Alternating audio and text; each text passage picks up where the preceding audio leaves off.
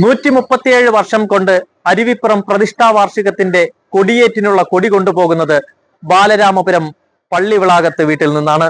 ഗുരുദേവനുമായി അടുത്ത ബന്ധമുള്ള ഈ കുടുംബത്തെയാണ് പ്രതിഷ്ഠയാരംഭിച്ച കാലം മുതൽ കൊടി കൊണ്ടുപോകുന്നതിനായി നിയോഗിക്കപ്പെട്ടത്.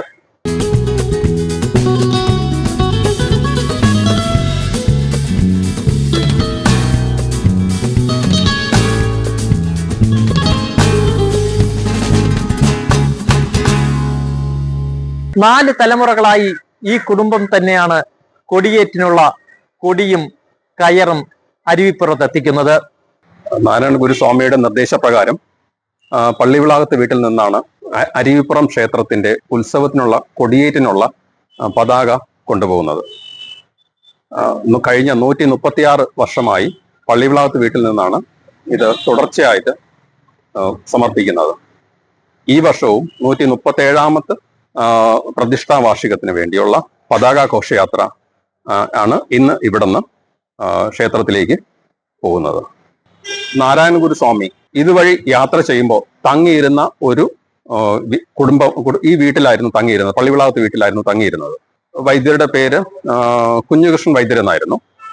ആ അപ്പൂപ്പന്റെ കൂടെയാണ് ഇവര് യാത്രകളൊക്കെ ചെയ്തിരുന്നത്. ഇത് തുടങ്ങുന്നത് കുഞ്ഞുകൃഷ്ണൻ വൈദ്യർ എന്ന് പറഞ്ഞ ഫസ്റ്റ് തലമുറയില് പെട്ട വ്യക്തിയായിരുന്നു ഇത് സമർപ്പിച്ചിരുന്നത്. അതിന്റെ അടുത്ത തലമുറ രാമകൃഷ്ണ വൈദ്യർ, അതിന്റെ അടുത്ത തലമുറ രാജേന്ദ്രൻ വൈദ്യരായിരുന്നു സമർപ്പിച്ചിരുന്നത്.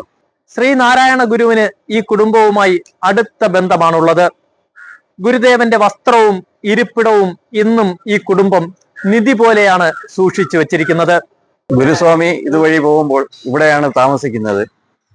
അദ്ദേഹത്തിന്റെ വസ്ത്രങ്ങളും അദ്ദേഹം ഇരിക്കുന്ന ഒരു പലകയും ഇപ്പോഴും ഇവിടെ സൂക്ഷിച്ചിട്ടുണ്ട്. രാത്രി കാലങ്ങളിൽ ഇവിടെയാണ് തങ്ങിയിരുന്നത്.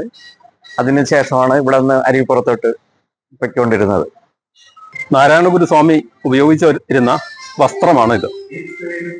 ഇവിടെ വരുമ്പോൾ തങ്ങുമ്പോൾ ഉപയോഗിക്കുന്ന വസ്ത്രങ്ങൾ ഇവിടെ സൂക്ഷിക്കുമായിരുന്നു. അങ്ങനെ വർഷങ്ങളോളം ഇവിടെ നമ്മൾ വളരെ പരിപാവനമായിട്ട് സൂക്ഷിക്കുന്ന നാരായണ സ്വാമിയുടെ വസ്ത്രമാണ് ഇത്.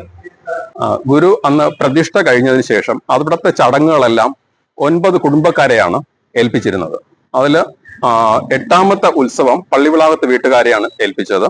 അതുപോലെ തന്നെ ഈ ഉത്സവം തുടങ്ങുന്നതിനുള്ള കൊടി കൊണ്ടുപോകുന്നതും ഈ കുടുംബക്കാരെയാണ് ഏൽപ്പിച്ചത്.